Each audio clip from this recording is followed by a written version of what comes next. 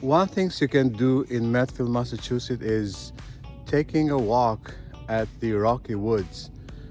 This beautiful surrounding, almost 400 acres.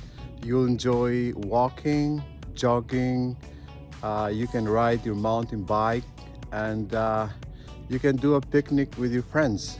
So Rocky Woods, it's one of my most favorite place. And if you are a runner or you want to jog, then you have walking trails or running trails or biking trails which can go from as a couple of miles, 3 miles, 5 or 7 miles.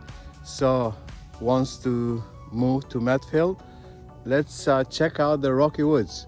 This is Ilya with the Cobi team at William Ravis. Thank you.